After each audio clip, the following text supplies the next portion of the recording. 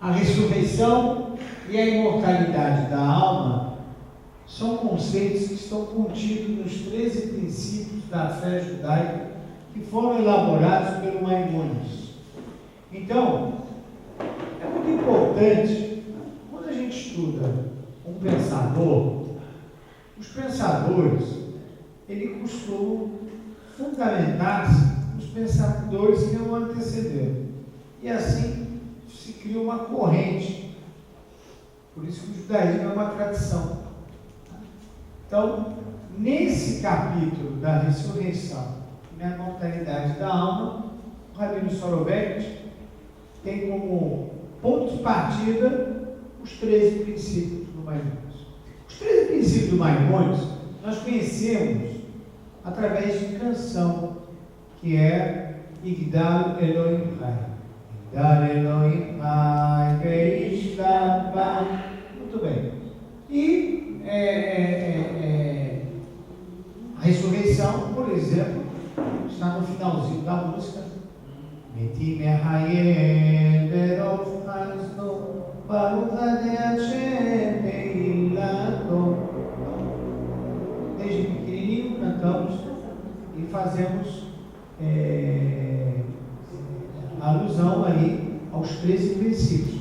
Quer dizer, através da música, nós falamos assim: o que é ser judeu? Ser judeu é desenvolver esses 13 princípios. Onde 2 desses princípios é a imortalidade da alma e o outro a ressurreição. Então, o judeu, o judaísmo, ele tem na ressurreição e na imortalidade da alma, de acordo com o Maimônides, um princípio judaico. Para dizer que o judeu que não acredita nisso, ele está, então, infringindo um fundamento do judaísmo. Ele está, os 13 princípios, vocês não vão ver, por exemplo, se botou tefilin ou não botou tefilin. Isso é uma mitzvah. Quando fala princípio, é uma coisa que ultrapassa, as mitzvot. Alicerces, essências. Muito bem. Princípio 11. Eu acredito em plena fé que o Criador recompensa aqueles que guardam seus mandamentos e pune aqueles que os transgridem. Isso é imortalidade da alma. Vocês pensaram que a imortalidade da alma seria uma vida, ele eterno? Não. A imortalidade da alma, ela se processará e se processa em função da recompensa e do acerto de conta. Então, não termina, a vida não termina, continua. E no outro lugar continua de acordo com o balanço que foi feito aqui. Então, é uma conta corrente, você movimenta a conta, quanto é que você deixou lá aplicado, quanto crédito você tem, quanto débito foi feito, faz o saldo e aí continua essa viagem. A imortalidade está garantida.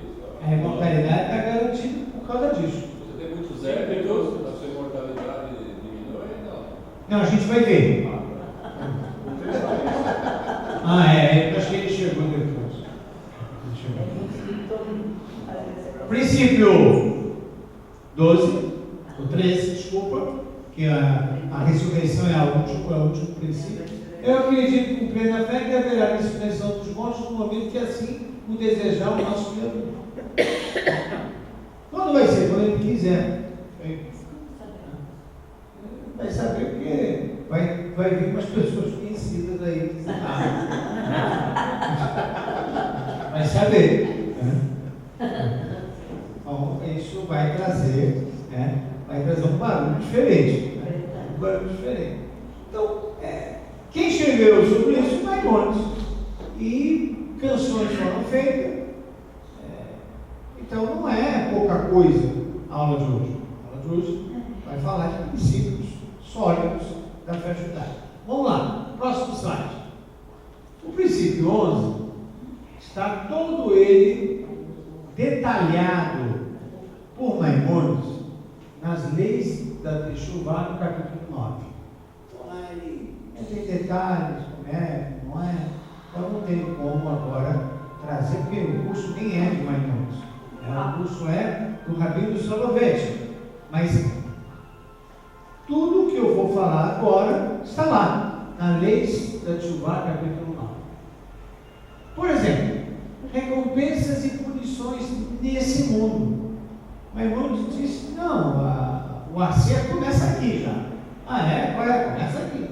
Por exemplo, fartura, miséria, guerra, paz, poder, servidão, soberania nacional, diáspora, sucesso, falência, tudo isso já vai entrando no acerto, né, de contas. Aliás, judaicamente falando,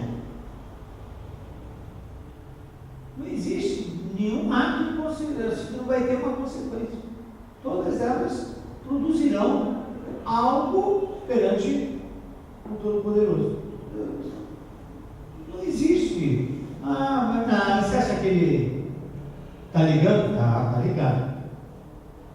Ele tem mais o que fazer. Não, judaicamente. O judeu não pensa assim. Desculpe. Né? Aristóteles, ele disse que Deus não tem tempo para isso. Aí Maimônides chegou à conclusão que eu não tenho tempo para ficar estudando tanto Aristóteles, não tem nada a ver comigo.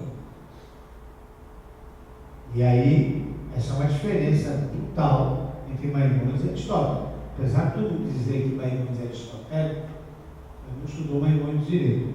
Podem ter estudado Aristóteles direito, mas Maimônides não estudou.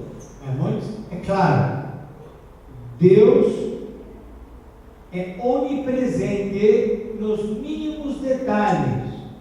Aristóteles, ele não é onipresente nos mínimos detalhes. Ele toma conta do mundão, da cadeia energética, coisas. Deus tem coisas sérias de se preocupar. Camada de ozônio também. Isso é coisa para Deus se preocupar. E se eu estou dando fofoca, agora Deus vai entrar na fofoquinha? Como se chama isso? Esqueci. Alguma coisa, um sinônimo de fofoca. Né? Então, picuinha. Acho que Deus está preocupado com picuinhas? Assim, judaicamente falando, eu sou judeu. Eu sou um estudante de Torá. Mas muito deixou claro. Sim, ele está no mínimo detalhe, sabendo como é a sua conduta e o seu comportamento. Discordamos do Aristóteles. Não precisa ficar com vergonha disso, não. Fala. A recompensa no outro mundo. As recompensas virão nesse mundo, mas virão, e essa é a principal, no outro mundo também. Então não é que não tem nada aqui, é tudo lá, e tenha fé porque vai vir alguma coisa. A pessoa fala, puxa, será que vai vir? Será que não vai vir? Poxa, eu vivo aqui para uma outra coisa que eu não sei nem o que é. Não, tem aqui e tem lá. E lá é a essência. A punição do outro mundo também. Mas muitos entendem que essa é a principal. Eu vou explicar depois por que ele chama isso de principal. Né? Seguindo, diz o Maimônides, se fizermos o judaísmo com alegria e sabedoria, será retirado de nós todos os impedimentos para andar no caminho do judaísmo. Porque andar no caminho do judaísmo é muito difícil. Não é fácil. Então como é que eu faço para ser bem sucedido no caminho do judaísmo? Como eu faço? Simples. Eu tenho que fazer o judaísmo com alegria e com sabedoria. Sabedoria só será produzida se eu estudar o próprio judaísmo. Alegria ninguém consegue praticar judaísmo sem estudar. Não vai andar. Ele estuda, ele começa a entender, ele começa, tá bom, está melhorando esse negócio. E a alegria, né? A alegria é de pertencer ao povo que recebeu, né, uma conduta divina, né, de viver. O sagrado, tornamos a nossa vida sagrada, tornamos o casamento sagrado, tornamos a relação sexual sagrada, tornamos o ato de comer sagrado, tornamos as necessidades sagradas ao fazer tratar, ao sair do toalete. Quer dizer, todos os detalhes tornamos o físico sagrado. Ora, se fizermos isso com alegria e com sabedoria, não vai ter muito obstáculo. Nós vamos conseguir ser bem-sucedidos. Provavelmente, nós vamos encontrar recompensas em nossas vidas e neste mundo, né? Neste mundo. Vamos seguir. Se fizermos o judaísmo com alegria, receberemos inúmeras recompensas nesse mundo, para que possamos estudar Torá sem preocupações e merecer a verdadeira recompensa no mundo vindouro. Aliás, isso é bárbaro, né, do Maimonides? Você quer dinheiro para quê? Para quê? Para ganhar mais dinheiro. Não, mas tá bom, aí você ganha mais dinheiro para quê? Aí eu compro uma casa. Então você já comprou a casa, aí eu compro outra. Sim, mas então, e aí você já comprou outra? Não, aí eu guardo para os meus filhos. Você já guardou para os seus filhos? E vai? Não, aí para os meus netos. Bom, e já guardou? Você não entendeu. Todas essas recompensas para você ir lá na Boa Gradinho, senta lá numa Bíblia para estudar. Ele ainda não entendeu que as recompensas é para estudar a Torá. Eu vou surpreender vocês. Para que o Mashiach tem que vir? Outro dia eu fui discutir com um teólogo, não sei para que ele fazia isso, acredita? Eu cheguei à conclusão que eu não ia convencer ele e ele não ia me convencer. Eu gastei meu tempo. Mas tá bom. Eu tinha que tomar um café com ele, tomei. Eu falei para ele, você não está entendendo, meu querido. O Messias tem uma função básica. Tudo que ele vai fazer tem um propósito só, sabe o quê? Deixar o povo judeu estudar a Torá. Deixar o povo judeu estudar a Torá. Aí ele ficou me olhando. Não, você acha que é para isso? Não, é para isso que o mundo foi criado. Está vendo como você não entende? Para que o Messias vem? Não está entendendo. O Messias vem para a gente sentar e estudar o mundo. Está muito bonitinho, estudar um Moshe Haim do Sato, tranquilo. E aí? Como é que você vai pagar o IPTU? Já está tudo certo. Declaração de imposto de renda, como vai ser? Já foi resolvido. Mashiach já chegou. Halas, está tudo tranquilo. Posso estudar a Torá. Afinal de contas, as pessoas não vêm no minhã porque tem horário de trabalho, tem isso, tem aquilo, tem. Não sei o que, tá. Você chama ele para aula, tem reunião, tem. Já não sabemos mais. É tanta história que já. Tá bom, Mashiach chegou. Para quê? Para quem estudar Torá. É para isso. As mulheres também? Todo mundo, fica tranquilo. Não vai precisar cozinhar. Não. Beleza.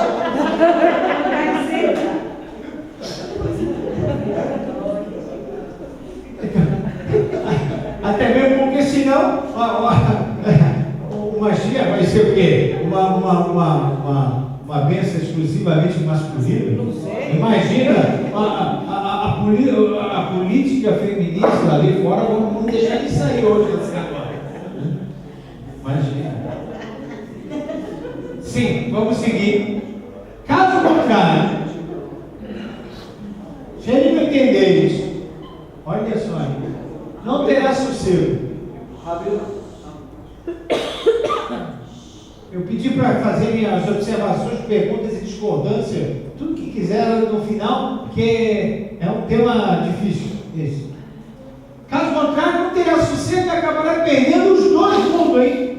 Esse e o outro. Pois nos períodos de guerra ou miséria, não é possível estudar a Torá e nem praticar as mitzvot devidamente.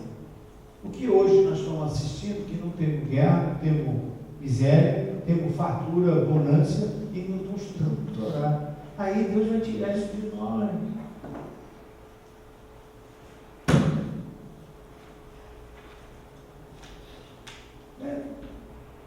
A gente fala, porque aquele que está ganhando dinheiro não acredita. Ele acha que está ganhando dinheiro porque ele é muito esperto, inteligente. Né? Eu já não sei mais se é inteligente ou esperto. Depois do Cunha, tudo é possível. Né? Porque ele passa a imagem, né, de esperteza, né, de astúcia. Bom, muito bem. Mas ainda que a pessoa conseguiu ganhar dinheiro, ele está bem, Deus está dando essa oportunidade para ele. Vai estudar a Torá, vai estudar, reserva teu tempo para estudar, porque o Mashiach, quando chegar, ele é para proporcionar você. Por isso, aliás, já disse vários rebes, eu gosto do rebes, não importa qual linha racídica, tem bispo, tem vovó, tem o Rebbe de Kali, tem o Rebbe de Sata, de Prester, o Lubavitch, está cheio de Rebbe. E eles são bacanas porque eles falam pouco e dizem muito. Então imagina, se o Mashiach vem para não estudar a Torá, mas que os judeus não vão pedir para ele vir.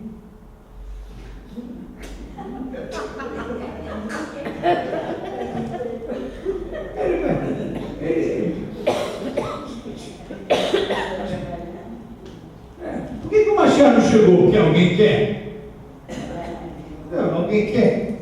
Se quisesse, ele já teria vindo. Porque a pessoa, para querer o Mashiach, ele está dizendo o seguinte: eu quero sentar e estudar a Torá, eu quero me envolver com a sabedoria divina, eu quero me conectar com Deus.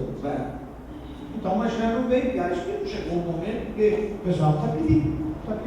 Bom, o mundo messiânico é esse mundo sem o jugo das demais nações. O que é o mundo messiânico, hein? Mundo messiânico. Sem o jugo das demais nações. Agora a gente está preocupado se é o Donald Trump ou Hillary Clinton. O que vai ser bom para Israel? Vai ser bom para Israel? Isso. Tem os árabes, nossos vizinhos. Lá no Oriente Médio não sabe quem é o síndico. Agora parece que a Rússia vai ser o síndico. Está aumentando a voz. Os americanos agora estão em dúvida, né? Vai ter eleição de síndico também, sabemos que são Donald Trump ou Clinton, aí promete que vai fazer obra na Marquinhos e tal, isso, aquilo. Cada um está falando coisa. A gente não. O mundo europeu não deixa a gente quieto, tem o boicote dos produtos de Israel. Era messiânico, não vai ter nada disso. Não vai ter jugo das nações. Mas para quê? Para ajudar a Torá. Não é para ganhar mais dinheiro. Ajudar a Torá. É isso que a gente quer uma chega. Tá bom. Adiante. Tem conceito. Olam Abá e o mundo do Mashiach. Não tem nada a ver uma coisa? Olam Abá é o mundo das almas. Uma pessoa vem aqui, vive 120 anos, ele sai daqui e vai para Olam Abá. E o Mashiach? Quando o Mashiach chegar, não é um mundo de alma, é um mundo físico, é esse mundo mesmo que nós estamos vendo. Tem os cafreiros vai continuar. Só que a gente não vai estar aqui. A gente vai para Jerusalém. Os que frequentam os cafés podem continuar, não tem problema nenhum. A gente vai ficar em Jerusalém. A gente vai para Rehob Yafa. Outra Rehob, outra rua. Mas o mundo do Mashiach é um mundo físico elevado. Só isso. O Mashiach não vem para fazer o mundo das almas. Ele vem fazer um mundo físico elevado. Prestem bem atenção que isso vai fazer uma diferença lá no final. Ok. Então, o Lamabá, mundo das almas. O Talmud é categórico. Todo judeu tem o Lamabá. Todo mundo vai para o mundo das almas. Todo mundo vai em 120 anos. Todo mundo vai. Ninguém comemora isso, porque ninguém está com pressa para ir para lá. Mas tá bom, se todo mundo vai. Ok. Mashiach. Esse mundo mais elevado, sem sofrimentos. Esse. E não esqueça, tudo isso para quê? Da Torá. Diante. Como entender o ditado do Talmud? Todo Israel merece o Lamabá. Se é recompensa, não serão todos que irão merecer. Escuta, eu preciso entender esse ditado talmúdico, essa citação talmúdica. Todo judeu vai para o Lamabá. Kol Israel Shem Eifa. Se o princípio 11 é recompensa e punição, como é que o mundo vai para o Lamabá? Depende, varia. Como entender? Então, agora o Rav Soloveitch começa a desenvolver. A tchuvá, o retorno, cada judeu tem a capacidade de fazer o retorno. Esse retorno é que possibilita ele ir para o Lamabá. Quem? Todos. Todos podem retornar às raízes e, consequentemente, ir para o Lamabá. Todos. Não tem exceção. Todos. Pesado? Não. Real e verdadeiro. Todos. Como faz isso? Ora. Se Deus não colocasse o conceito da tchuvá, não faria sentido algum o princípio 11, que é da recompensa e punição. Recompensa no Lamabá. Por quê? Porque praticamente, se ele não colocasse a tchuvá, dificilmente alguém ia para o Lamabá. Dificilmente. Porque nós viemos aqui, as pessoas esbarram em uma série de desvios, de conduta errada, etc. Mas se não houvesse essa oportunidade, né, de reconstruir o caminho, se não houvesse oportunidade de se redimir, de pedir desculpa, se arrepender, de se aprimorar, o Lamabá vai ficar vazio. Vai ficar vazio. É por causa da tchuvá que o Lamabá existe. Ponto. Adiante. A tchuvá possibilita o homem em ser um agente criador, onde Deus entregou a ele essa possibilidade. Quer dizer, o homem pode criar uma nova personalidade. Ele pode criar uma nova agenda. Ele pode criar um novo hábito. Ele pode criar relações diferentes. Ele pode fazer isso. Ele tem essa capacidade. Deus colocou isso dentro dele. Aliás, se na natureza nada se cria, nada se perde, tudo se transforma, com a tchuvá ele pode criar apenas uma pessoa mais justa, uma pessoa mais sensível. Ele pode. A tchuvá dá essa força para ele. Tudo bem. Adiante. E aí, o Rabino Soloveitch começa a questionar em cima do que o Iov escreveu. Esqueci de citar que é o Iov. Está cheio? Tá. Quem pode extrair algo puro do que é impuro? Ninguém. E aí, o Rabino Soloveitch começou a pensar, como é que é essa tchuvá, hein? Uma pessoa ficou 30 anos da vida dele comendo Yom Kippur. 30 anos comendo Yom Kippur. Aí, de repente, ele vira, a partir de agora, eu acho que eu vou fazer Yom Kippur. Como é que é possível esse retorno? Um homem que Yom Kippur ele estava nos restaurantes de criança. Já que a avó dele insistia muito, ele ia lá no finalzinho, lá, é o meio misto. Chega lá no finalzinho, E você vê que ele está por fora, porque ele vai tirando chiclete. A gente com aquela cara pálida, assim. Aí você olha para ele e ele. Aí, Rabino. E com gel assim na cabeça. E pingando assim as gotinhas no cabelo. E ele sorridente, né? E a gente com aquela cara assim. Aí esse vai fazer chuvá? Como ele vai fazer chuvá? Como que ele vai fazer? Então, essa pergunta é uma pergunta que talvez ninguém pergunte, né? Como é que é possível? Então o Iov já perguntou isso. Quem pode extrair algo puro de um impuro? Como é que ele pode, de um belo momento, vai começar agora a cumprir Yom Kippur? 30 anos se passaram e ele mastigando chiclete na minha frente e de repente, como é possível? Adiante. Diz o Rabino Soloveitch, texto dele, extraído de seu livro, somente Deus pode fazer isso. Extrair algo puro do que é impuro. É como criar algo do nada. Então, como entender o conceito da tshuvá? Diz o Rabino Soloveitch. A verdade é que a tshuvá é um conceito de transformação. E não de criação. A verdade é que o judeu, por mais afastado do pecador que seja, não afeta toda a sua alma. Por mais pecado que ele faça,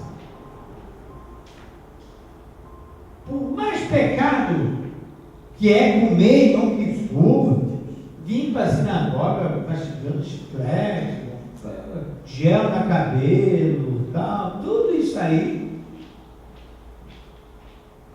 a alma dele não sofreu aquilo que a gente acha que sofreu. E aí ele diz, sempre permanece uma faísca, ou um pedaço, intacto da alma. A alma tem um pedacinho lá, puro. Então, se é verdade que não pode extrair algo puro do que é impuro, mas é verdadeiro dizer que pode extrair algo puro de um pedaço puro que cada um tem. E é por isso que, como ele tem esse pedaço intacto da alma, pura como a sua origem, é através dessa alma, desse pedaço, que possibilita a transformação do ser humano. Que na vista da sociedade parece ter nascido um homem novo. Parece, você vê, né? Uma pessoa que fez chuvá. É muito interessante, né? Você pega uma pessoa que fez chuvá, digamos. Por exemplo, lá em Israel você tem artistas de televisão que fizeram chuvá e hoje estão com a barba assim, com o cabelo mais curtido que o meu, que paga grandona, e já aparece na televisão com uma entrevista. Uma parte da população fala, puxa, que bonito, hein? Olha só. Outra fala, cara, ficou louco. Pode ser, doidou. Ou pais mandam os filhos para estudar na sinagoga, aí de repente foi para Israel, aí de repente voltou, aí de repente anda de kippah, põe tzitzit, aí a mãe vem e fala, o que você fez? Olha como está meu filho, ele não está mais aproveitando a vida. Como é que ele conseguiu fazer isso? Ele conseguiu fazer isso porque tem uma parte lá, se toca, começa a crescer, vai, aí faz chuvá, se liga com Deus, ele se transformou de algo puro que tenha dentro da alma dele. Por isso, todo mundo tem a alma na sua origem pura. Por mais mergulhado em bobagem que ele tenha mergulhado, aquela parte pura está intacta. Então é transformar, ela vai ganhando espaço, ela vai crescendo dentro dele. E para quem está de fora, olha, criou-se uma nova pessoa. De repente está de chapéu, de repente ele está de pé, ele não trabalha no Shabbat, ele mudou completamente. Parece outra pessoa, na verdade, aos olhos da sociedade, criou-se uma nova pessoa, nasceu uma nova pessoa. Mas para o estudo da alma, a alma naquela parte intacta conseguiu retomar essa pessoa. Ok, adiante. Por essa razão, o Talmud afirma que todo judeu terá o Ramabá, em função de sua porção espiritual pura, intacta e divina. Portanto, todos que estão aqui nessa sala, os que também não estão, todos têm isso. Eles só têm essa consciência.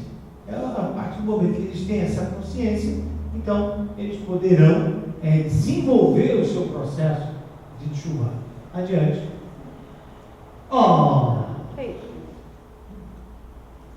Aqui eu vou pedir um minutinho a atenção de vocês. Só um minuto. Para nós. O coração parado, o cérebro sem oxigênio. Na hora da morte, o corpo é como uma máquina desligada. Pelo menos não estamos acostumados a ver olhando de fora. Eu entrei num túnel e é um lugar maravilhoso, uma sensação de paz indescritível. Acho até que era, Marcos. Acho até que era, de tão bonito que é. Eu sinto essa luz, ela me acompanha até hoje. E aquele túnel me chorou e começaram a passar telas de toda a minha vida. A gente é muito maior do que essa coisa, do que cabe dentro do corpo. Isso fica claro depois do céu, quase até o escuro. O tempo passou, mas não apagou nenhum detalhe da experiência de quase morte desta professora gaúcha. O que ela passou durante o parto da filha ainda é muito vivo, 32 anos atrás, como se fosse ontem. Eu me ergui, fiz um movimento para frente e eu saí do meu corpo, ficou a massa, corpo deitada na maca, e eu saí puxada por uma luz. Tinha um túnel bem longe e aquela luz me puxava. Era uma luz tipo sol, não era uma luz qualquer, era uma luz muito forte, que soltava raios assim para tudo que ela lado e tinha muita força aquela luz. Aí eu cheguei no fim do túnel e atrás do túnel, atrás da luz, aliás, tinha um espaço muito grande, com uma luminosidade tão estranha, tão bonita, que não dá para explicar. Eu não consigo comparar com uma coisa bonita que tem aqui na Terra, assim, hoje, para dizer como era bonito lá. E via o quê?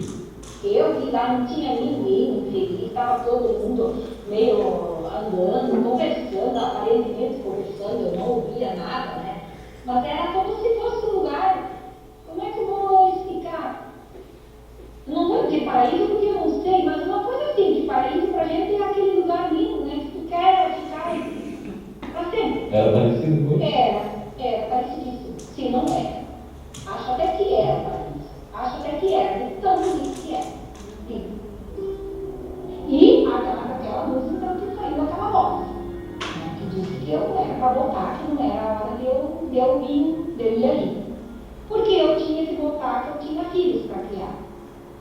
Ao mesmo tempo em que essa voz, quando essa voz parou de falar, esse hino que me puxou me empurrou de volta.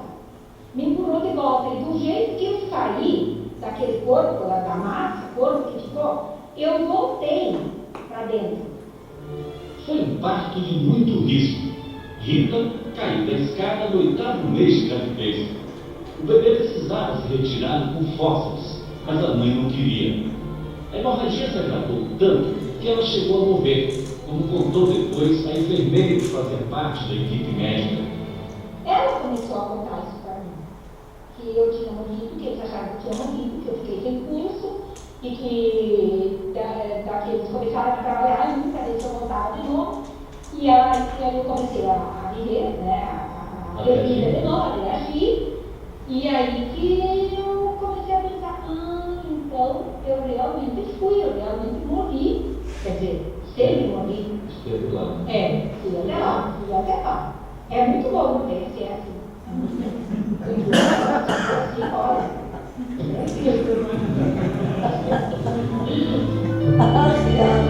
Até hoje, esse é um segredo, revelado agora não só para a família e os amigos de Santa Rosa, a cidade onde Rita mora no interior do Rio Grande do Sul. Mas aos 73 anos, ela acha que não precisa mais se preocupar com o que os outros vão pensar. Os detalhes eu não tenho sabendo até hoje. Está vendo agora? Muita coisa. Não, por que tu vai contar? Porque o que as pessoas iam pensar? Ninguém ia acreditar em mim. Ou iam achar que eu estava bebendo, não, porque eu estava guardando louco. Você estava viajando na maionese. Alucinação. Alguma coisa nesse sentido, porque há 30 anos atrás não se contava essas coisas. Mesmo porque as mães ensinaram a gente que esse tipo de coisa não se contava, né? Nem não tem. E hoje, quando a senhora conta essa história, o que a senhora sente? Olha, até eu fico emocionada. Poxa, finalmente alguém me ouviu, né? Finalmente alguém me conseguiu contar, porque se realmente existe isso, que eu acredito firmemente que existe uma vida após a morte, depois que eu vi, tenho certeza, não sei como é, mas deve ser muito bonito mesmo, porque isso eu consigo ter. Eu gostaria da atenção de vocês. Primeiro, todos os entrevistados falaram que viram, numa situação de coma, né, que seria a fronteira deste mundo para o outro, viram um túnel com uma luz. Né? A gente viu isso aí na FAO. A pergunta que leva um estudante de Torá é: isso está citado em algum lugar na nossa literatura? Se está, puxa, coisa. Né? Segunda coisa que chamou a atenção é uma sensação boa, amor, cheiro bom. Isso está escrito na nossa literatura.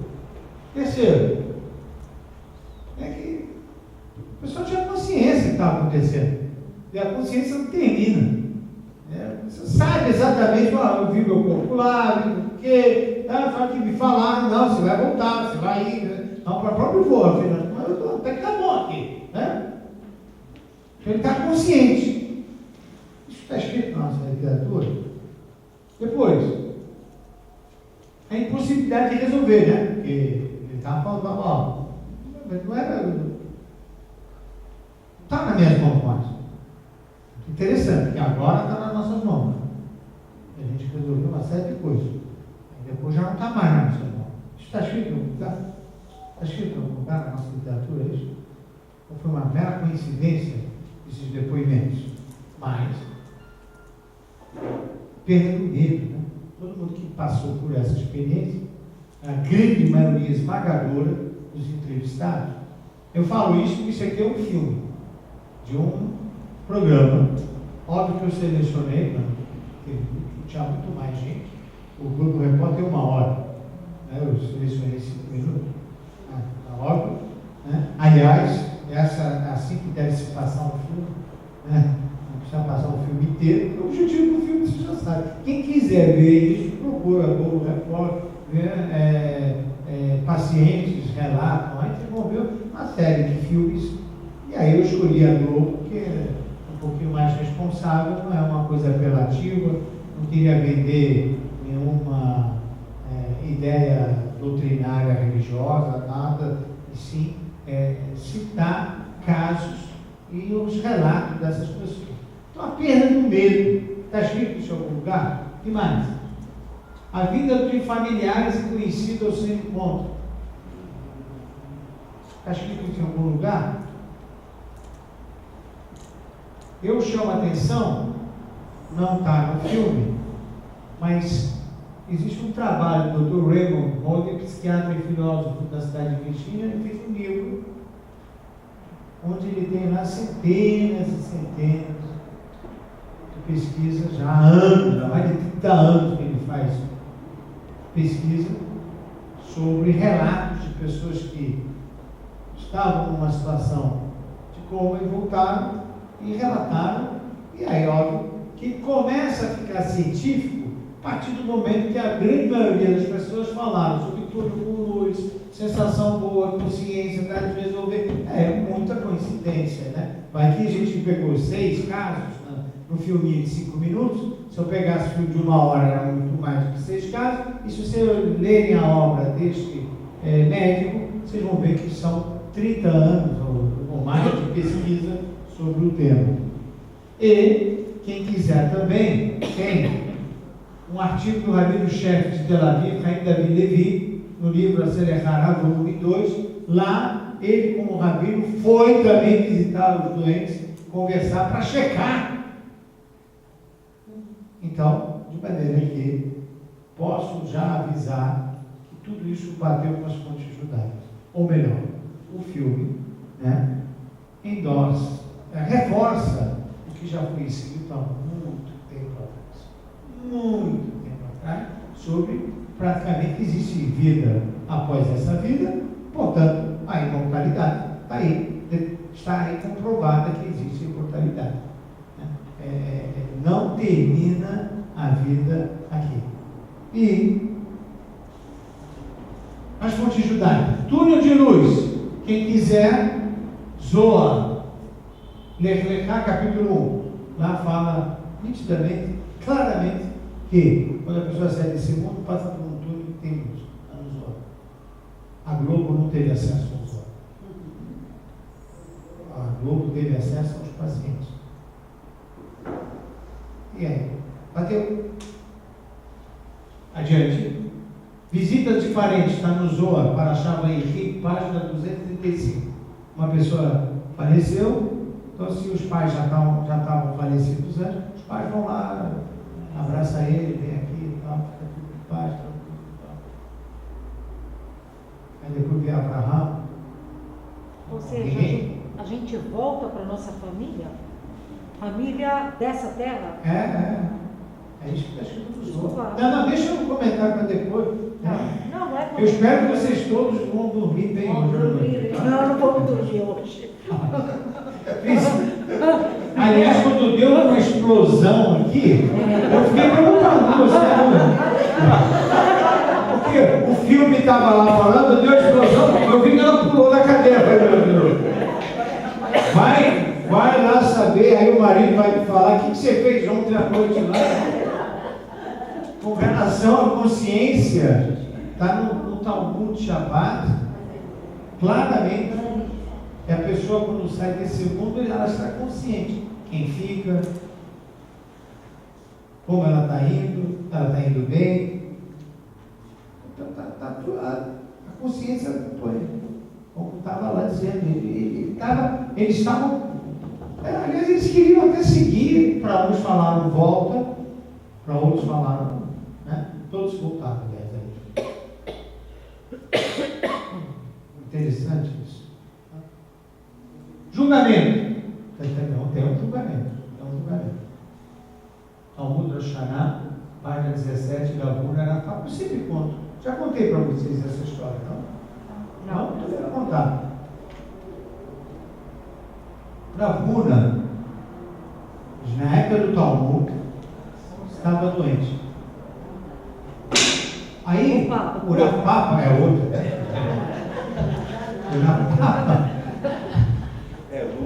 O Rav Papa foi visitá-lo. Normal, as pessoas vão no hospital, visitam.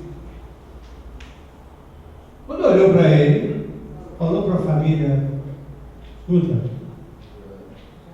já é. Vamos preparando aí o Shema Israel, está tudo certo.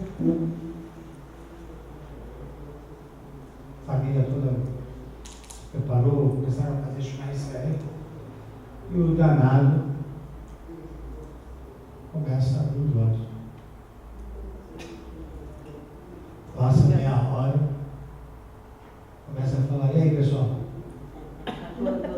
Está todo mundo aqui? O que vocês estão fazendo aqui?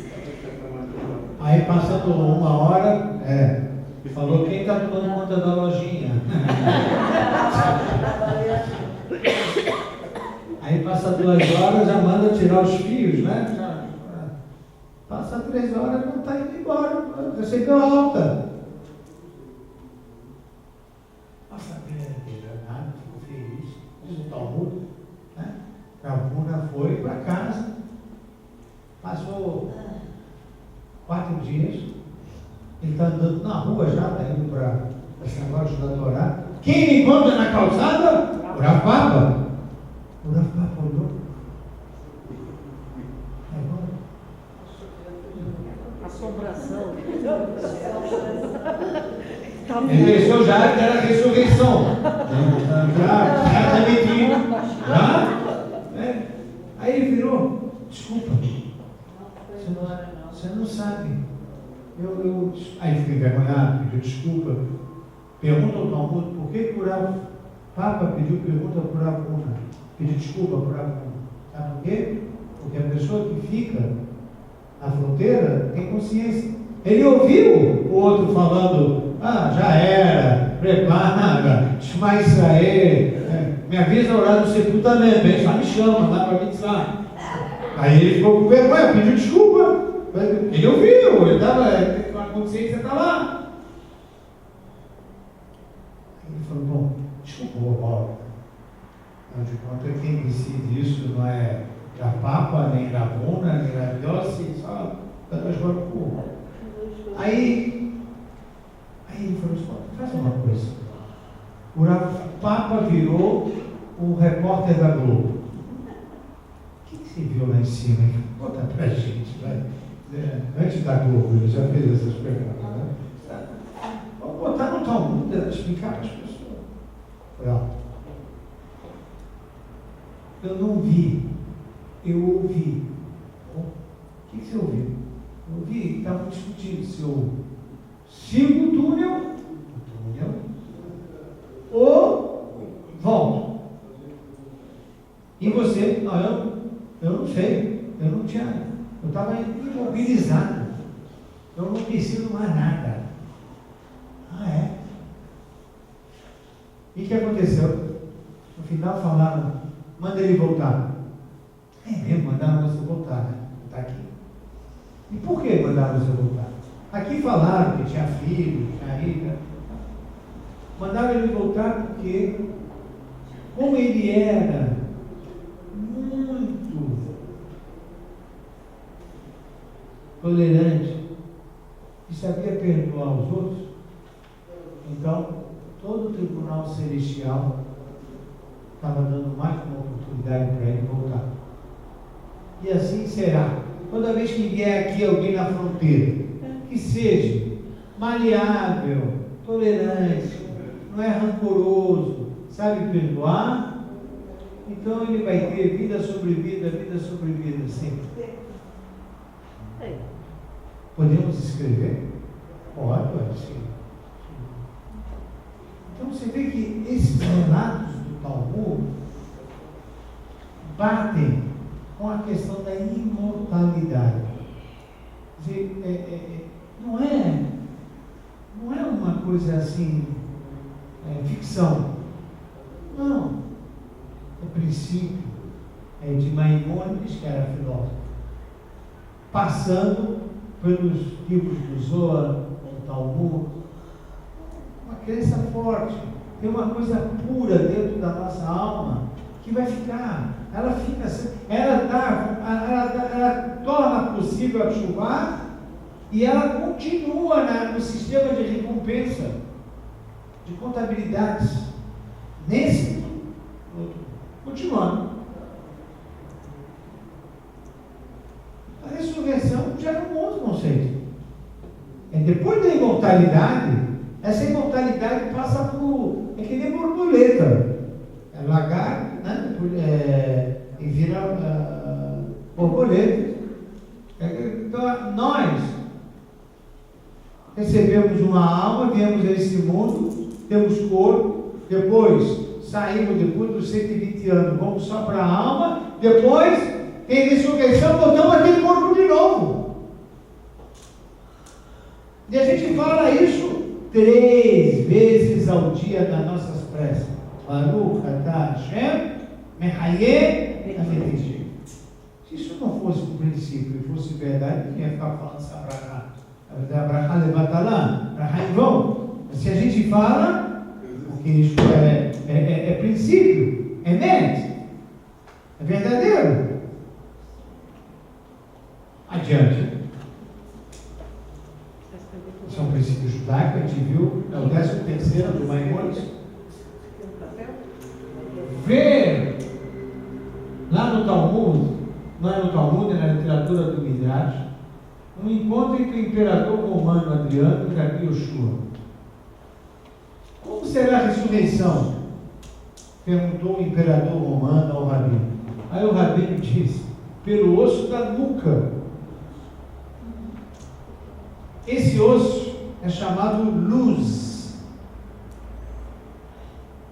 Ele é resistente, muito resistente. Diz o Talmud que o imperador romano estranhou, né? Quer dizer, a ressurreição vai começar pelo osso da nuca. Porque, obviamente, ele foi, os romanos eram assim, eles desenterraram uma série de cadáveres para mostrar para o rabino que não sobra mais nada depois de 40 anos, 50 anos. Como é que vai levantar? Como é que vai ser essa ressurreição que vocês estão pregando? Começa pelo luz. O que o imperador fez? Aí acompanhou, trouxeram o osso da nuca, bateram, não conseguiram quebrar, queimaram, não conseguiram queimar, jogaram em água para amolecer, não conseguiram amolecer. Aí diz o Talmud, o imperador se convenceu, é possível que a história dos judeus é verdadeira. É possível. Essa é uma historinha que tem entre o imperador Adriano e o rabino Yoshua. Aliás, esse é um costume também. Por que na Abdalá a gente joga, derrama o vinho e põe o vinho aqui? Para isso, eu ia perguntar. Esse vinho que vai na nuca é o vinho da ressurreição, do luz. Né? Fiquem atentos na testa, aí tem outros motivos. Né? Mas esse da nuca, temos que pôr no bolso para ver se vira dólares. Vamos adiante. Zohar, Vayeshev, página 185, memória judaica aos ressuscitados. Ou seja, as pessoas vão levantar, como é que eles vão saber quem eles são? Vai ter memória. Mas onde está armazenado a memória? No DNA. Da onde? No osso da nuca. Está escrito nos olhos. Não tem, como chama? Retira o DNA da medula. Da medula óssea. Presta atenção, o senhor está falando que o osso luz da nuca está lá. Toda a memória está contida ali. É um pendrive.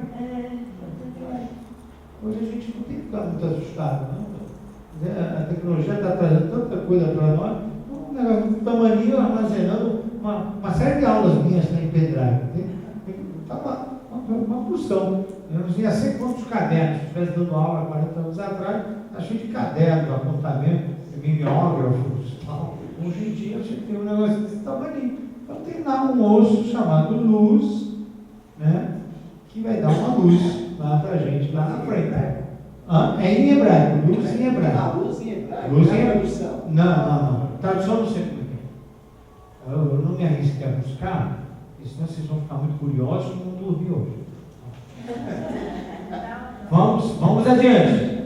Fato marcante que substituirá os milagres da saída do Egito. A ressurreição vai ser tão impactante que as 10 pragas ficam fichinha. A abertura do Mar Vermelho, não foi. A abertura do Mar Vermelho, as 10 pragas foi algo maravilhoso. Mas perto da ressurreição, fichinha. O impacto da ressurreição vai ser tremendo. Adiante. E para que a ressurreição depois do Olam? Essa é a pergunta do Rabino. O mundo messiânico será físico, sem sofrimento, com elevação espiritual. Igual ao Olam, só que é físico. E para que tem que voltar para isso? Ok? Adiante. O João não fala o motivo desse processo. Mistério. Não sabemos explicar. Por que Deus quis dessa forma? Quer dizer, a alma está lá em cima, aí uma delas é chamada para ir na maternidade, nasceu um bebê, está lá. Aí depois ele cresce, depois de 120 anos vai embora, aí fica a luz enterrada em algum lugar, aí quando Deus determina a ressurreição, a luz levanta todo mundo, a memória está ali no disquete, se preocupa. E volta tudo de novo.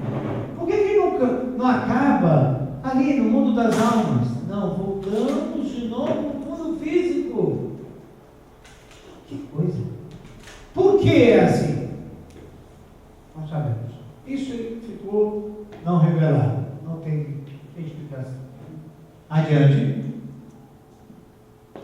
Termino com a profecia de Ezequiel.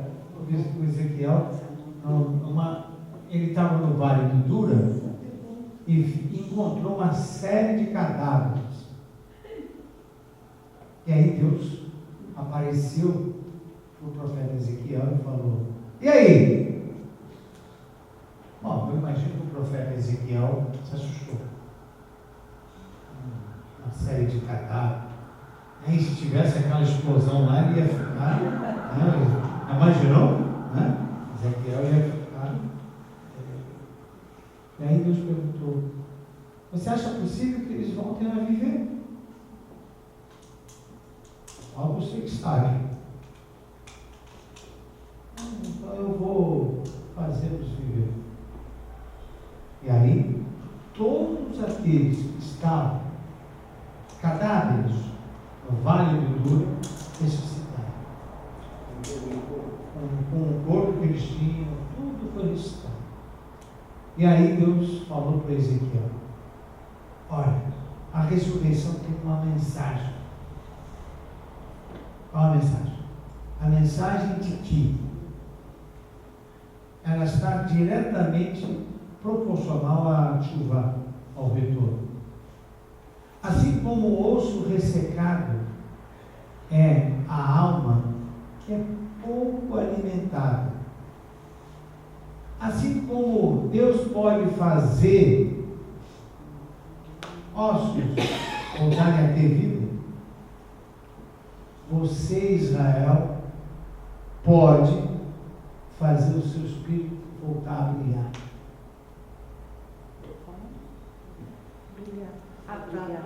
A ressurreição do físico é a ressurreição espiritual. Se eu tenho um pedaço da minha alma intacta, divina, que pode fazer chuvar,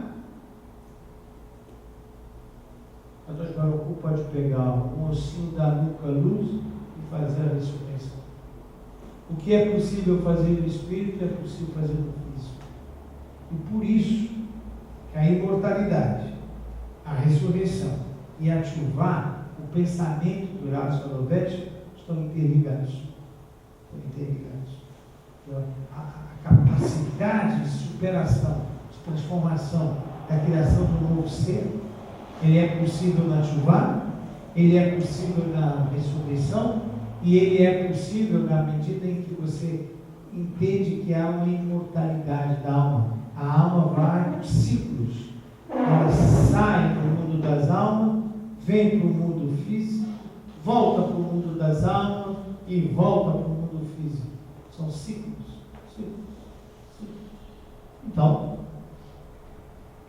terminei com, dentro do que foi possível, apresentar a alma, ressurreição e imortalidade das almas. Fico aberto agora para dúvidas, perguntas, desabafos. discordâncias